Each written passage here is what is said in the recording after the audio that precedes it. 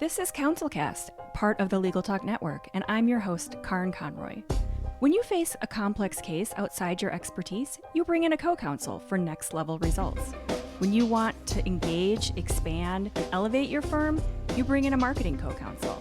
In this podcast, I bring in marketing experts who each answer one big question to help your firm achieve more. Here's today's guest.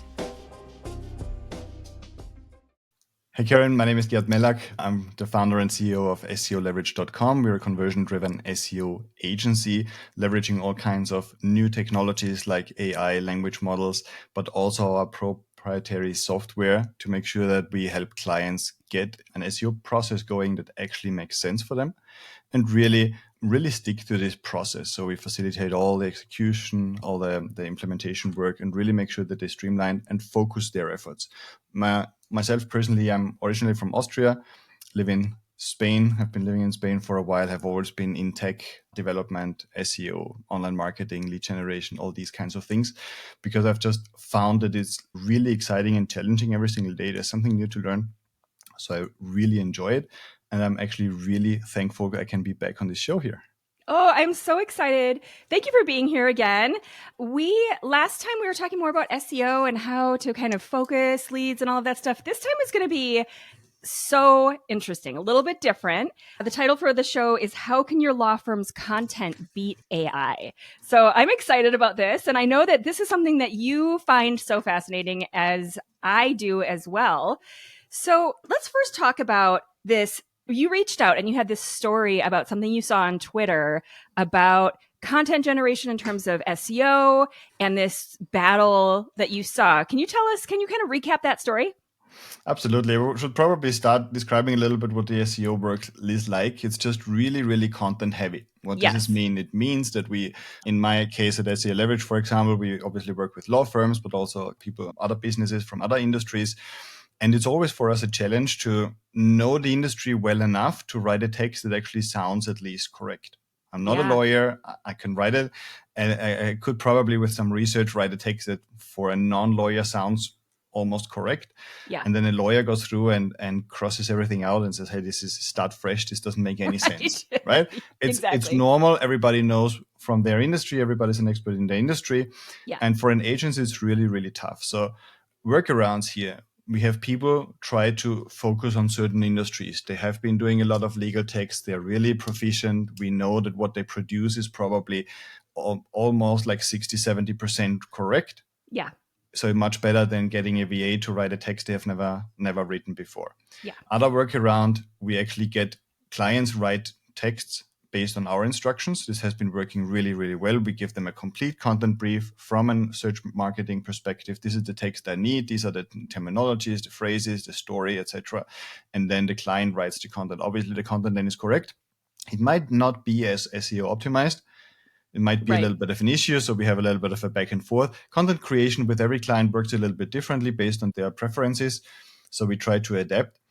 But then enter artificial intelligence into the ring, right? So what this now means, and many of your listeners probably have been playing with ChatGPT at least, or Google Bard, or Copilot, or Perplexity, or whatever, where you just pretty much say, hey, create a text about, I don't know, brand protection or intellectual property or something like this. And it's just going to start writing, and you can lean back, drink a cup of coffee and really look at what this is. It seems like it's doing your work, and until you look a little bit closer and say it's not that easy. Right. And I think we're going to talk about what kind of strategies we can use to work a little bit about this. Yeah. But for agencies, especially SEO agencies, this opened up a huge opportunity window. And it was how, if I usually would create 1 or 2 articles per day with a person, this person suddenly was able to do 20 or 30. And those were texts that actually sounded pretty good. And they were also SEO optimized.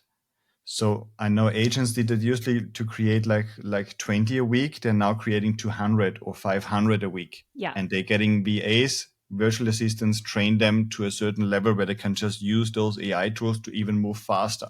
Yeah. So we have huge masses of content that are very optimized. And we have this AI movement that's actually moving much faster than search engines probably want, because they try to to keep in touch with the latest movements, but it's not that easy. Yeah. So we have a situation where people have figured out ways to really outsmart the search engines with tons and tons of content. You then read those case studies. They created thousands of pieces of content. Yeah. Really original content. Is not copied from everywhere directly. The language model then obviously grabbed information from somewhere. But this original content suddenly is blasted at the internet. Right. And there was this case study where we saw somebody getting millions of visitors in a very short amount of time just by firing up this content machine consistently, and definitely did his SEO right and got the basics right, and got very quickly to really huge traffic numbers that would be completely unreasonable, unrealistic for the type of business he had.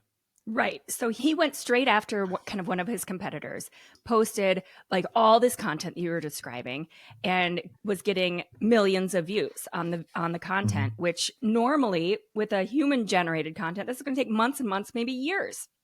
So then what happened? Absolutely. So then usually, obviously, this gets published as a case study. Everybody wants to know how does this go and did this work, etc. What usually happens in most cases happen at this time as well. Sometime later, I think 2 months later, something like this Twitter user came back and said, hey, look, this is the latest result after one of those core updates that Google were launched, where they just update their algorithm and actually devalued a lot of his content again. So there is this situation now where we are right now, where you say, hey, we have a lot of potential. We can actually do a lot really, really fast. Yeah. But it is a little bit of a sidestep from a long-term sustainable strategy. And it obviously also has a lot of risks involved here. So do you know anything about the content? Why did Google devalue it? Was it kind of, because earlier you mentioned that he had done the SEO right, he had kind of worked the content. What happened there? Why did Google come back and devalue it?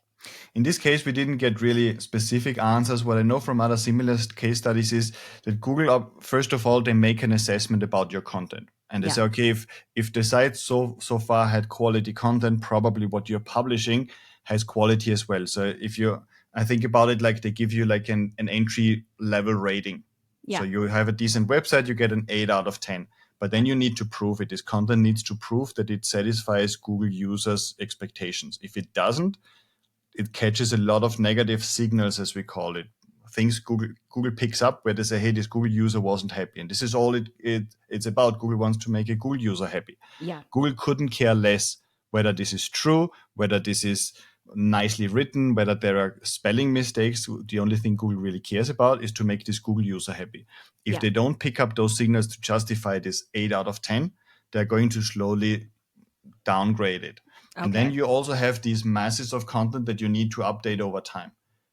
There's no evergreen content because users' expectations change. So if you have thousands of articles, you also need to have a really good updating process that makes sure that all those articles are still in line with what Google wants today after a Google update, which is not necessarily the same it was before. So this process, you can go very high, very fast, but it's not at this stage, at least, really sustainable the way it was done here.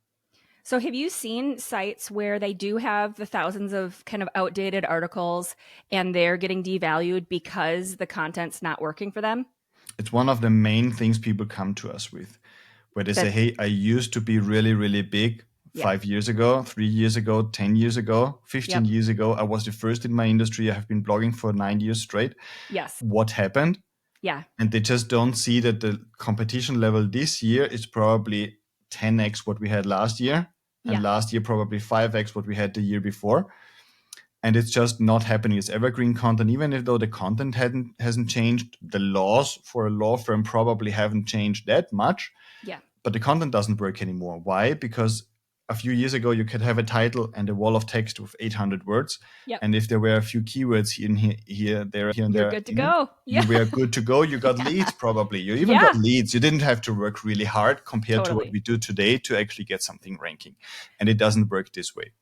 So what do you do? What's the first thing that you do in those cases? Because I get those same conversations all the time. What is happening with our site? We're doing the same thing we did 5 years ago. And it's like, well, okay, well, that's the problem.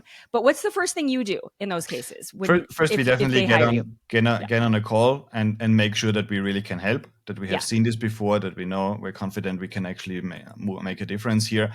And then the first step is definitely auditing the website. And part of auditing the website is auditing the content specifically and go through the content and say, okay, how has this content been performing in the last 6 months?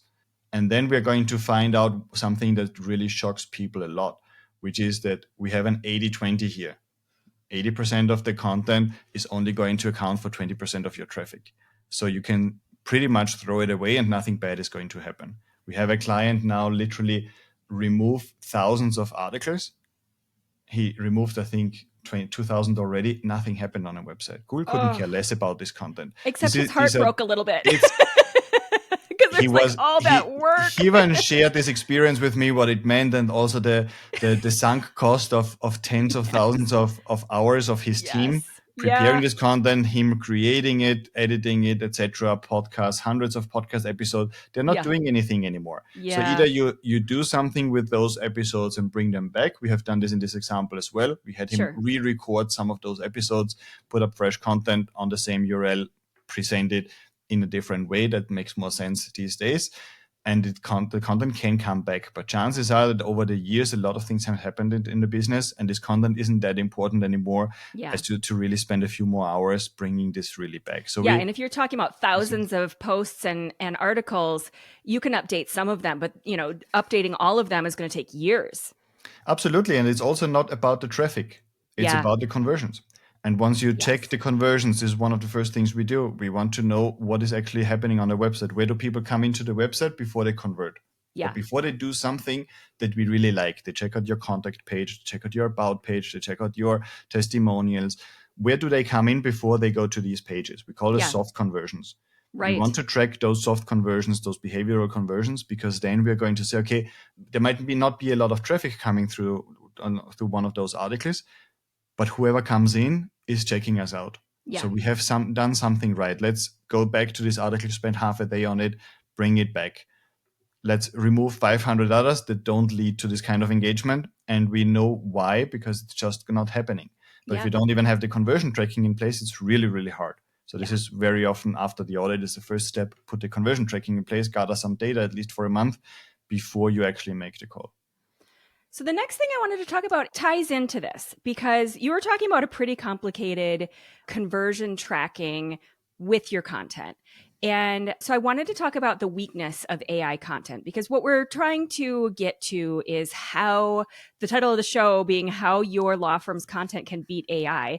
So let's first talk about where are the weaknesses in AI generated content. As we kind of recognize these weaknesses and these little holes, those are the gaps that a human generated content piece could come in and fill and do a better job of. Absolutely.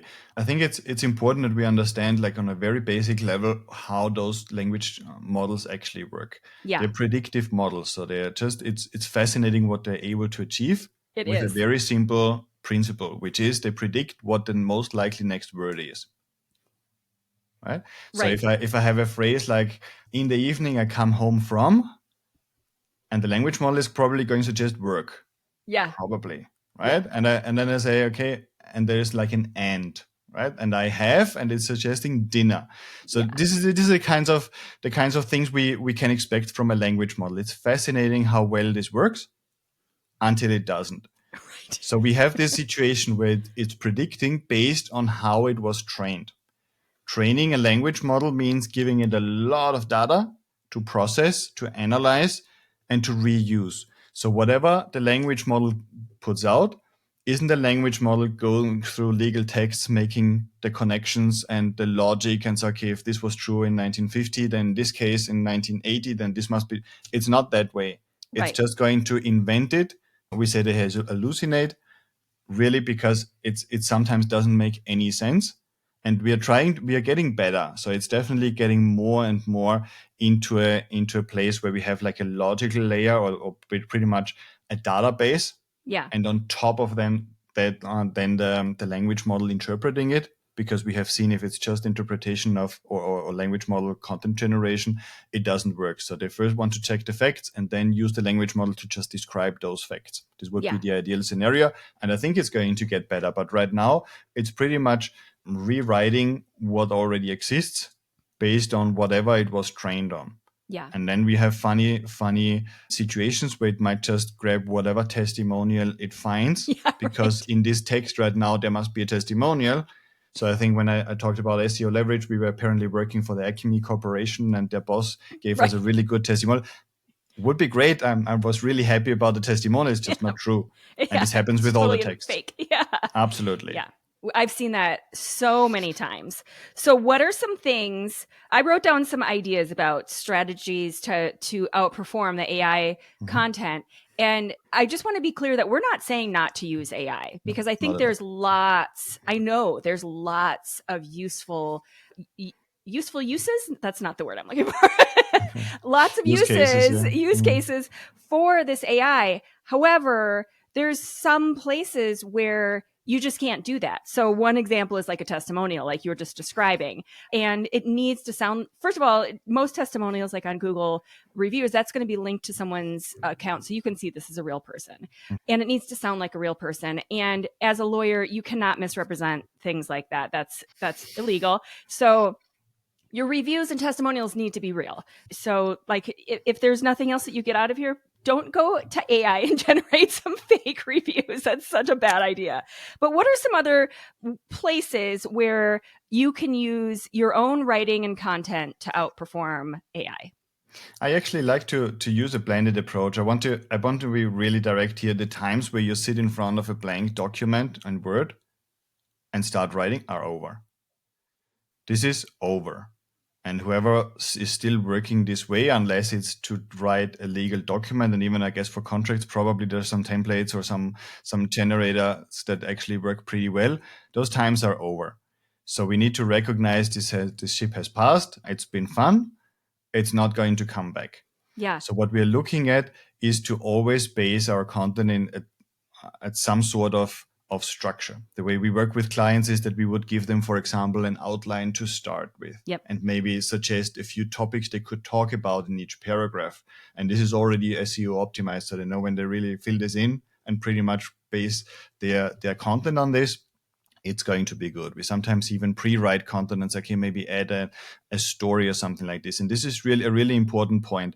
The content is going to be as good as your input, your prompt, as we call them. So and very often the best comparison I've heard, I would love to credit somebody, I don't know where I have heard it, was to compare this with an intern. You hire an intern, you're not going to tell them, look, create a contract for a company merger, right? With a one-line sentence, and then expect a suitable result. Right. But this is how people have been using ChatGPT since its beginning, because it seemed like you just said, please do my work, full stop. Right? So how was this realistic? It's not, right? However, it's like if you magic wand. You put absolutely, but you put, or you even make it an easier job. So, okay, run your Facebook page, right? You wouldn't tell an intern with one sentence to run your Facebook page. You give them a lot of input. You give them training. You give them samples. You say, look, this is what we like. This is what we don't like. This is how we sound. This is the brand voice. These are exactly, there you go. And if you do all this before you put in your sentence, please create my piece of content, the content is going to be much better. So if I say for whom, literally, you can type this in now. I want to create a text that's for Facebook. I am a law firm specializing in intellectual property. The content should be about 800 words long. It should be ranking for this and this keyword. We want to make sure that it has space for some visuals, so suggest them in the content. We want to have calls to action, so people actually are entitled or triggered to reach out at least 3 times across the content. We want to have certain keywords in bold, so it can be skimmed. We want to have a table of contents. We want to have all these things. And oh my gosh, you just wrote like the best outline for a blog post in whatever that was, 10, 12 seconds. That little blurb you could use just as a general outline and get amazing results, as opposed to what you were saying earlier. Please do my work for me. but it's so funny. I mean, there are really, really good platforms out there. I just do this with a notepad, honestly. Yeah. Honestly, I have my templates which I use. I copy and paste this in, and you can do all kinds of things. You can do role plays with ChatGPT. Say, hey, pretend you're a client. I'm the lawyer. I need to sell you on trusting me in this case, and I can help you, etc. And we have a conversation back and forth. Yeah. You can have it help you for, I don't know, prepare for a certain hearings or something like that. You just give it all the information it needs. Obviously, you need to be careful about sensitive information you share, because unless you are on a certain plan, it might be using your information as well as training to make the machine better. And suddenly, that's a good point. Certain data comes out. You want to be careful and always anonymize it. Yeah, that's a good point. I keep a lot of templates. I keep them within ChatGPT so that I can find them right there. The other thing that I wanted to add in terms of a tip was that you can go into your profile settings and save the details about your business so that every time it makes these assumptions. So every time for me, it assumes I'm a marketing agency who works with lawyers. And, these are the things that I'm typically talking about. This is my audience. And so I don't have to restate that every single time. Absolutely. It already knows that. Yeah. So that's a really good place to start also. And then it's going to assume that you're going to use that. And then, if you're using it personally for some other purpose or something, then you just need to clarify that. Like, okay, I'm not the marketing agency right now. Now I need a question for, my sixth grader. So exactly. I'm not kidding how much she uses it. And like in legitimate ways where it's, this is their future. And, it would be silly to ignore it. So, all right. So let's talk about, so we're putting together the content. We're recognizing that AI has some limitations. And so how can we do this better? The goal here is to create content as a law firm that is better than what we just get, just generically from ChatGPT in terms of SEO. So what are these kind of implications for SEO? How can we kind of really focus in? I mean, you mentioned a minute ago when you're kind of putting together the outline of that blog post, there was a bunch of really good stuff in there. I think one thing AI can't replicate is your experience. Yeah. So in the moment you would write this post, you would remember a similar case that you want to describe. You would go in the details. Remember, it's Mr. Smith who had this issue, and this is how it affected them, and this is how they struggled when they came. They hardly could afford our services, but we helped them anyway. And this is how this ended. And this is like now linked to the case study or whatever. If you're in a similar situation, reach out. I like to have this as part of what we feed into the prompt. So I literally say, here are 3 facts I want you to use. Here is a customer story I want you to use. And you just tell this story. You can even use the app and audio recording with ChatGPT, for example, and just talk about this story and say, hey, talk all this into the app and share your story there. It's going to transcribe it. It's going to use it.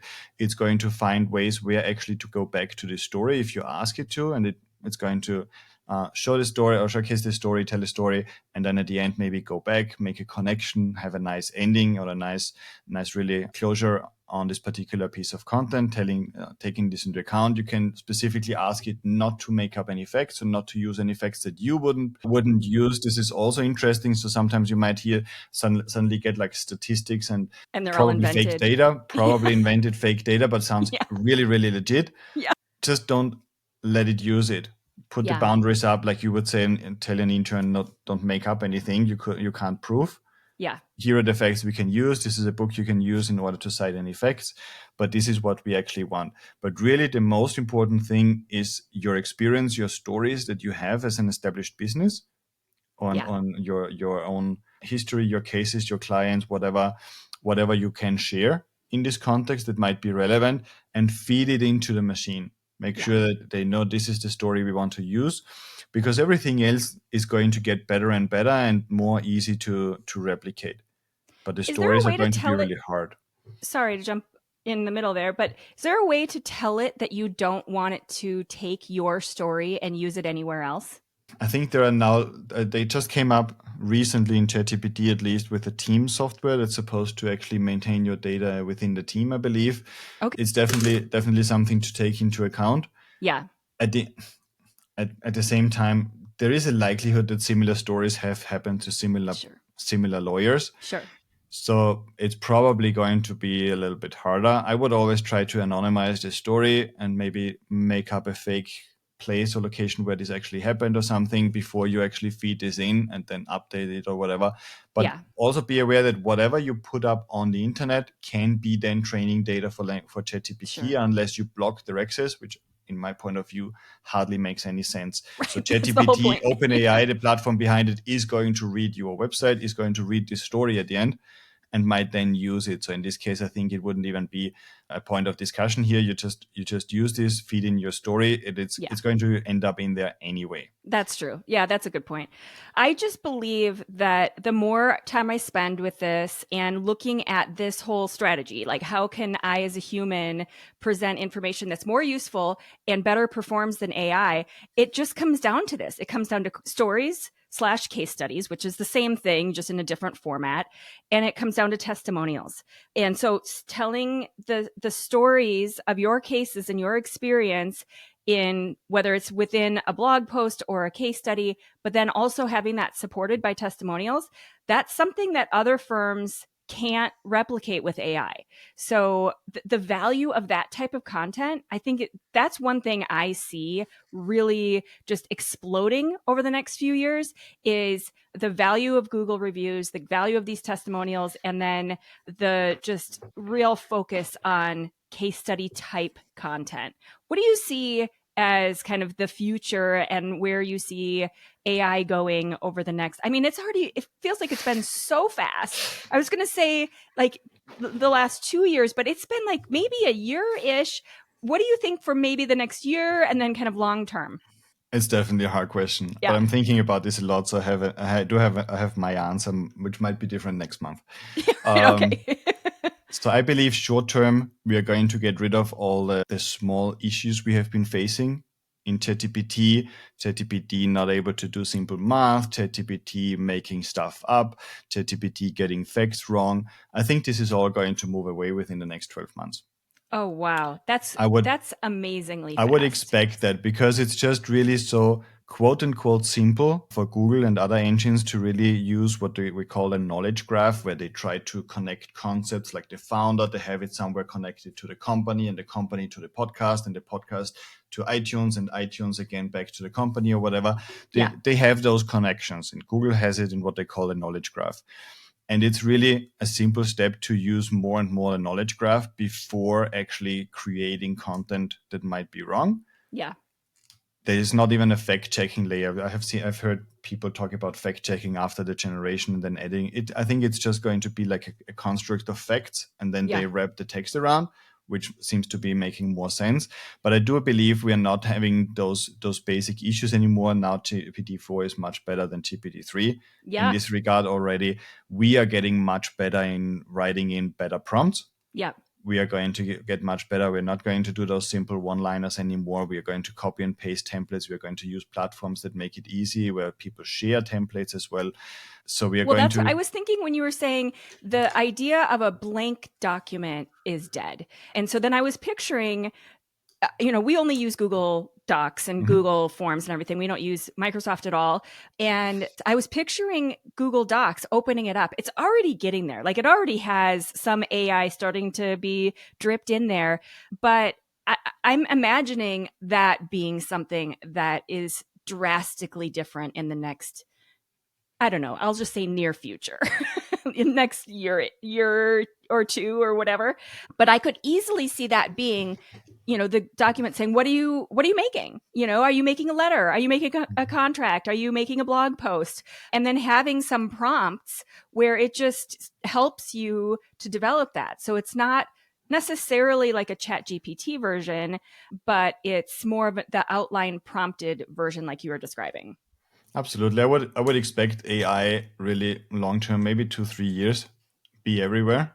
Yeah. And imagine you open up, you check your Gmail, and there's already pre-answered those. You just sign off on them, on those email answers, because based on the history that we had, you and I talking about doing a show together and talking about marketing back and forth, probably an AI could figure out what we probably answer or what we probably agree on when we record the show and what we are going to do. There's no need for a machine to actually ask anything. They can just say, look, do you want to answer this? And you send, Yeah. I Do you send want me to send Karen him sent your me the calendar? calendar. Exactly. Yeah. There you Yeah. go. There you go. There's no need to really do a lot of complicated processing. I think Google is pretty much holding back. They just say, okay, we don't want to move too fast because people then are we might run into issues. People are going to freak out. Yeah. There might be legal considerations as well. What are the governments going to say if suddenly email is transparently available and automatic everywhere? Nobody signs off anymore. Everybody just blindly says, okay. Right. And sends everything without reading it. Yes. But technically, Google would be in the position, we use Google Docs exclusively as well. We don't have Microsoft here. So Google would be in the position to just have it in Gmail, have it in all their Office suite pretty much, and pretty much guess what we're probably going to do. I open this up and say, hey, got another SEO strategy? Yes, of course. Yeah. Please, right? Yeah. And I'm going to the beach. you give it a sample and say, okay, this is a Shopify site. Should we use this other Shopify site template as the baseline? Yep. Yes, of course. And you have a conversation more than really starting to copy something. I would think this is realistic. And then there are also going to be tools on the way that enable this before actually the big tools jump on this. There's always going to be plugins that already now help you fill in a form with ChatGPT or fill in some text or social media posts, etc. So we're going to see those things. And really what I see more and more, and finally all the big gurus out there start talking about it as well, is that it's going to be a huge reputation issue. Yeah. This is going to be huge. Reputation meaning it's going to be so easy to make everything up. Yeah. That it's going to be really, really hard to prove you're real and you're legit and that actually a real person got a really good experience with you. So what do you think, how are platforms like Google? So I recently, before I finish that question, I'm going to back up. I recently have been working on my knowledge panel. Mm-hmm. So, my name has been out. I've been on the internet for it feels like forever, pretty much since the beginning. So my name has been out there. I've also secured my own domain name with my name decades ago. So Google has found me and created a knowledge panel just for my name. This is not the same as a Google business profile that my business has. This is a knowledge panel based on me that's saying I'm a real person, and Google has verified that I have the following knowledge and am associated with the following things. And so it has some links to certain profiles and whatever. But there is a pretty involved process in verifying your identity and going through the verification of this whole process, as it should be, because Google is the place people are going to go and trust the most. And so if Google is saying this person is legit and these reviews, and not just the reviews, it's more like these things that are associated with this person are real and verified. I had to take a picture of my driver's license with my face that was dated that day and send that in. And so do you think that it's going to be more like that, where you're going to have to find these sources that support verifying your identity? Because otherwise it's way too easy to fake it all. But it's even more complex because there are people with the same name doing completely different things. So we work sometimes with brands that just sound similar. We have right now a client. His name, it's 2 words. He writes it separately. There is another competitor in a not the same but similar space writing it at 2 words. They come up both, obviously, because Google can't figure it out. So people end up on their website, don't find what they're looking for, get frustrated, look for something else. They try to log in. They try to log in the wrong site, and with a person, the same thing happens. Sure. Right? There's a chance somebody with the same name is also doing something on the internet and has been with your name, not with mine necessarily. Maybe. Yeah. Right. Right. Well, or with Karen, because Karen is much more popular in the US. But so mine has an I in it, but people are misspelling my name all the time, and so if they're searching for my name with the E, they're going to find a different person. That's confusing. So plus imagine if your name is John Smith, like that makes it really tricky. Absolutely. So this is definitely going to be like an added complexity, and we can assume that people probably might add some sort of additional attribute to it. So Karen Conroy, podcaster, for example, or lawyer or something like that. Yeah. So you would probably expect to search my name with SEO at the end. And so even if there was somebody else and they don't find who they want to find, they might search for something else. But what you're describing, the knowledge graph, is actually a really very important piece of the puzzle, because it just means that Google has like a lot of dots they connect, like the join the dots game my kids usually play. Yeah. But now they have another dot they have pre-verified, because they even have your ID. And they know that you identify with your ID. Somebody or some algorithm actually has done the necessary checking and says, okay, this seems to be this person we believe is running this podcast and is running the marketing for lawyers. Yeah. So it all adds up. But this is really very similar to like your educated child, right? Yeah. I have 2 kids here. If I have the slightest inconsistency in my way of saying this is okay, this is not okay, they're going to use it against me. Oh, yes. And it's definitely not going to work, right? Yes. It's not going to work. And with Google, the same thing happens. Right. If you're inconsistent, Google doesn't figure it out. The best example I've seen is people's social media bio, for example, where on LinkedIn, they would say, hey, I'm a lawyer specializing in intellectual property. Then on their Instagram, they say, I'm a lifestyle designer. And then on Facebook, they said family father. Right? And then you go to Twitter and they are like a tech geek. Yeah. Right. And so if you're Google, you're really trying to figure it out. It's of course in different circles you try to be somebody else or stress a certain characteristics or hobbies, etc. It's normal. Yeah. But if you at the end of the day expect Google to recognize us as one person, we need to be very, very, very consistent, to the point that the phrase you use to describe yourself is always the same. Yeah. Even if it's boring. Yeah. Right? Gert Mellak is an SEO expert and the founder of SEO Leverage. This is a phrase you're going to find everywhere. Everywhere. Yeah. Everywhere. It's just this phrase. The moment I start to do something completely different and I do a woodworking business, I'm in trouble. All of a sudden you're like now with SEO, I think I'm good. Expert. Whatever is going to happen, you can rebrand. You can rebrand, but it's probably another year or 2 until Google actually notices, because they just check all the places where there's something about you. And if there is an inconsistency, the knowledge panel is not going to happen. So kudos to you for getting it. Yeah, absolutely. Yeah. All right. It is time for the Thought Leaders Library. Remember, our website has a curated collection of all these top book picks that every episode our guests have curated. So, Gert, what's the one book that you believe every lawyer should have on their bookshelf? I have been doing a lot of sales training lately, and I think it should be spin selling. Spin selling. Tell me more. Spin selling. Spin is a framework that helps you walk a prospect through a process that helps them to see how valuable your solution is for them. Oh. And actually recognize that it's worth the investment. So and I like the book because I'm like a data-driven person. I like to have the research and I like to have the numbers. It's a scientist, Neil Rackham here, a scientist actually who has been doing thousands of interviews with salespeople, successful ones, not so successful ones, accompanying them to their meetings, listening to their calls, etc. And he pretty much describes what is working and why, and how a high ticket is very different from a low ticket sale.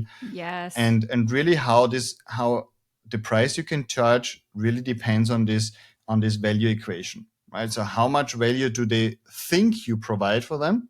Yep. And very often this means that you really amplify the pain for this prospect. What does this actually mean if you don't solve it? So it's one thing that I think I should have a lawyer helping me registering my trademark, but you tell me this is, I don't know, $2,000, $5,000, and I say, oh no, okay, I'll be in touch. Right. But if you now walk me through this process and say, hey, what does it actually mean if somebody tomorrow registers SEO Leverage and you can't use it anymore? How does your business change? How does your branding change? All the effort you have put into actually making this name known in a certain circle, etc. Now the pain is getting a little bit harder to bear. Right? So it's suddenly you're exactly. It's suddenly I have another expense here if I don't invest into your services. And this is where the spin selling framework is really a nice guideline for a conversation. We have always been doing like this. It's situation, problem, implications, and need payoff, the abbreviation, right? So we always analyze in SEO the situation. What is the situation? How have we come here with content creation in the past? How does this work now? What is a potential solution? But we are definitely not focused as an SEO agency so much on amplifying this, how bad this is right now. Right. And it even can be a little bit awkward sometimes for a conversation, at least if not used to this framework. Yeah. But just having this knowledge that it makes sense to talk about the problem a little bit more before you actually present a solution, even if you know it after 3 words, you know what the solution is going to be, is a very interesting approach. And at least if nothing else, it leads to more interesting conversations. So I have a great example of this, and kind of to be able to compare the using it versus not using it. And it was, in the past, we worked with an attorney who did a lot of criminal defense, and it was very high level criminal defense stuff, not just DUIs and things like that. And in the past, the website messaging was about, we understand what is at stake. And then underneath that, it would explain, I understand that maybe your immigration status is at stake. You know, if this case goes in a negative way, you could lose your immigration status. I understand that your family relationships are at stake. I understand that your job is maybe at stake. I understand all of these really, really critical pieces of your life are on the line right now. And I've done this before. I understand how to work through this. I understand how to get you to a solution that is better than what you might otherwise expect. And they've since changed. This was years ago that they had this messaging, and they've since changed it, because I was talking to someone about this. I bring it up all the time, and I pulled it up, and now the website, I can see it doesn't perform as well, and it's very generic criminal defense. This is the kind of case we do. This is where our office is located. You know, these are some of our results. And then maybe they have some testimonials, but this understanding of what's at stake was so cutting edge at the time, because this was probably 6 or 7 years ago that they were using this messaging. And this is what it comes down to. When you're a lawyer in a law firm, this is what you are trying to convey to your clients, regardless of what kind of practice area you have, whether it's business. And I understand that maybe you're going to lose some money if your contracts aren't well done, or if it's estate planning and your family relationships are at stake, or if it's something really serious like criminal defense. Whatever it is, you can pretty quickly and easily demonstrate that you understand that negative side of it. And there's a fine line between walking and being really negative and being understanding and conveying your understanding. And I thought this was a perfect example where she wasn't just saying, I understand that you could be facing jail, with a picture of a jail. That wasn't at all her message. It was, I understand these things that are at stake that you care about, and that, you're coming to me with these worries and concerns. I get it. So I love to use that example, because it's a fine line between trying to convey that message. But it's also so important to really be realistic and upfront and say, hey, you, in my position as a professional, I understand there are certain implications you might not even be aware of. Right. I get this all the time when people tell me, okay, they are going to do some link building on their end for their site.